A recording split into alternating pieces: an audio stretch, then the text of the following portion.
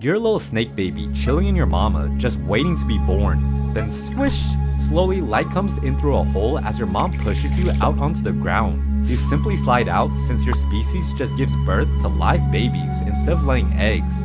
Not knowing what's going on, your mom just says "Sss" and fucks off into the jungle, not caring if you live or die, which is very common for snakes to do. Damn, someone's not getting flowers for Mother's Day, you think to yourself. But you keep slipping and sliding along, cause you know, you're just a baby snake right now.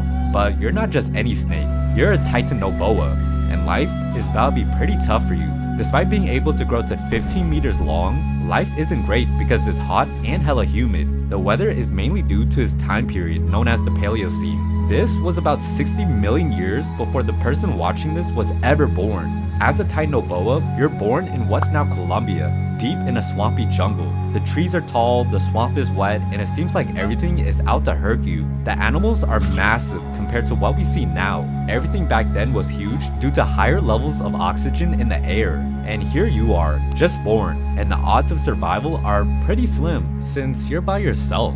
But you're a pretty big newborn, around 3 to 5 feet long already, and you're like, hey, I'm practically fully grown. But then you remember your mom, who is about 50 feet long and as heavy as a car, around 2,500 pounds to be exact, and realize, I'm just getting started. And also, your friends will never let you hear the end of "yo mama's so fat" jokes. But if they do that, you'll just eat them, cause you literally eat everything. Even other Titanoboas. You're about to be the apex predator of the jungle. You slither through the jungle and swamps, leaving a trail in the mud like a massive noodle, looking for something to eat. You try out small stuff at first, while you're only a few feet long, like frogs, birds, maybe even a rat or two. But quickly, you grow and think that a better meal would be something big. You're swimming around in the water, using your wide body to stay afloat, which is when you see a tortoise, the size of a trash can lid, just hanging out, munching on some leaves. And like any good predator, you slide into those DMs.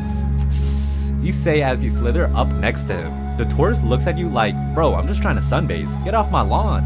And you're like, sorry buddy, as you wrap your body around him. But the tortoise thinks it's safe in his shell when, crush, he's smashed flat in his own shell. You loosen your grip around him and you put your mouth up to him, open up your jaws nice and wide and slide his body in. Titanoboas can open their mouths up to 6 freaking feet wide and would swallow most grown adults whole. So by doing this, you slide that tortoise in and you eat his squished remains slowly. Constrictors typically like to take large amounts of meat down their throat very slowly. Hey yo, get your mind out the gutter. Anyways, as a Titanoboa, life seems pretty good. You've got no predators, only prey. I mean, who could down a 15-meter long noodle? Maybe some girls in the comments of Twitter posts. If you know, you know. You're growing fast, stretching out like a big scaly limo. You aren't satisfied by tortoises and rats anymore. Time for something much bigger. Soon, you're tackling some prehistoric crocodile. His jaws might be able to snap logs, but you're like, try me. You coil around it, squeezing like it's an oversized stress ball, until, crunch, you snap his back in half like a toothpick. Another filling meal. And now you've grown to the biggest, baddest dude in the swamp. You've hit a solid 40 to 50 feet in length. That's the length of a whole ass tractor trailer. But now, since you're feeling quite good and successful about yourself, you get on Snake Tinder and start looking for a mate. Time to rizz up some snake yachts! You smell something in the air. It's a pheromone of a super sexy female Titanoboa. You already know what time it is. So there you are, a big, horny snake. You pull up to her crib, which is usually a rotting log or a rock outcrop, and that's when you see a couple Titanoboas just hanging around. One is already laying that pipe, while the others just watch. Adam 22, it's called a mating ball.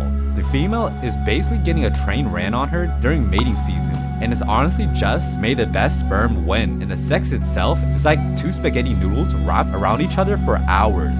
Not only that, but it was also theorized the males will fight over the opportunity to hit it too. You watch as 2 male snakes approach, and that's when the 2 males start fighting. Chomp, squeeze. In an aggressive fight, one finally wraps around the other, squeezing his life out of him. His limp body drops to the floor. You watch as the winner approaches the female. She signals it's time for the deed, and he goes at it. He looks satisfied after doing it, but then the female wraps around him, crushing down on his back. He's like, damn girl, you crazy bitch! as she chokes the life from his body, then proceed to devour him, which is pretty normal for Titanoboas. You watch that in horror, going, maybe it was the best it wasn't my turn to mate, as you slither away.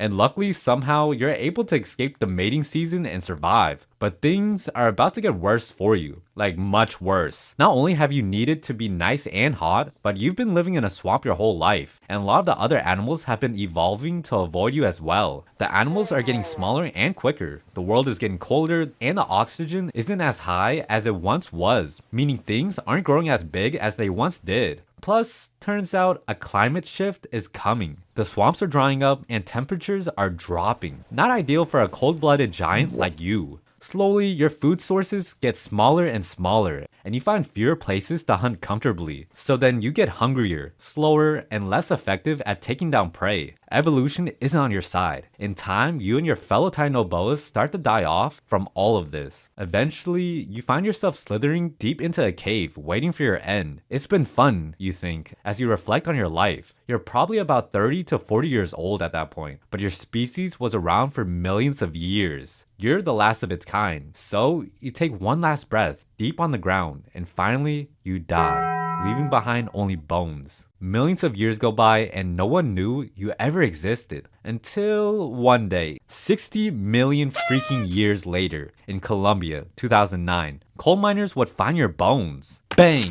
The miners slam a rock with a pickaxe and shine their light to see a massive bone sticking out from the rocks. What is that? One asks. The paleontologists show up and start to put the pieces together. They don't even know you're a snake at first. They thought you were just some Loch Ness monster at first. However, after many days of carving the rocks out, they finally find your skull and realize that you were the biggest snake to ever live. 15 meters long and as wide as a doorway, able to swallow a whole human. You get to finally be recognized for the badass you were, which is the Titanoboa. Yeah, the Titanoboa's life really did suck.